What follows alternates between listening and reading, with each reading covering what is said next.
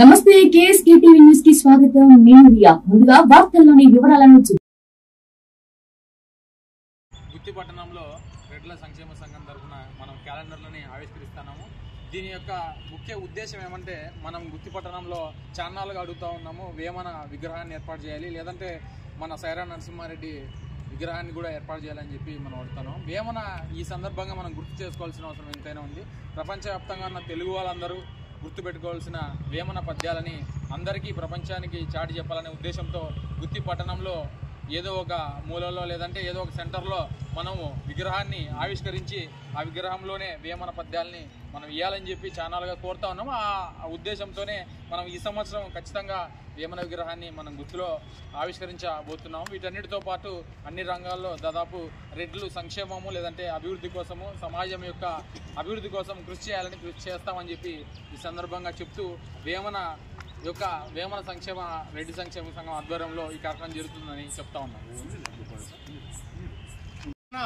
అందరికీ కూడా నమస్సుమాంజలు తెలియజేస్తున్నాము. మన రెడ్డి సంక్షేమం కోసం నిరంతరము శ్రమ చేసినటువంటి ఆనాడు పెదకోడమటి వేమారెడ్డి మొదలుకొని సైరా నరసింహారెడ్డి గారు, ఆయననే ఉయ్యాలవాడ నరసింహారెడ్డి గారు అని కూడా పిలుస్తాము. ఆయన మొట్టమొదట స్వాతంత్రం కోసం పోరాటం చేసి ఎంతోమందికి ఆవాసాలు కల్పించినటువంటి గొప్ప వ్యక్తి.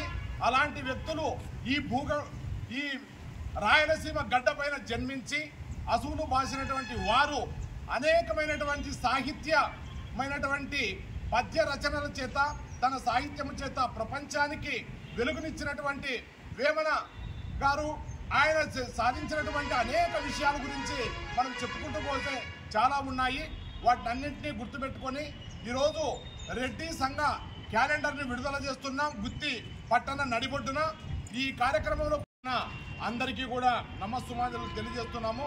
మన రెడ్డి సంక్షేమం కోసం నిరంతరము శ్రమ చేసినటువంటి ఆనాడు పెదకోడమటి వేమారెడ్డి మొదలుకొని సైరా నరసింహారెడ్డి గారు, ఆయననే ఉయ్యాలవాడ నరసింహారెడ్డి గారు అని కూడా పిలుస్తాము. ఆయన మొట్టమొదట స్వాతంత్రం కోసం పోరాటం చేసి ఎంతోమందికి ఆవాసాలు కల్పించినటువంటి గొప్ప వ్యక్తి.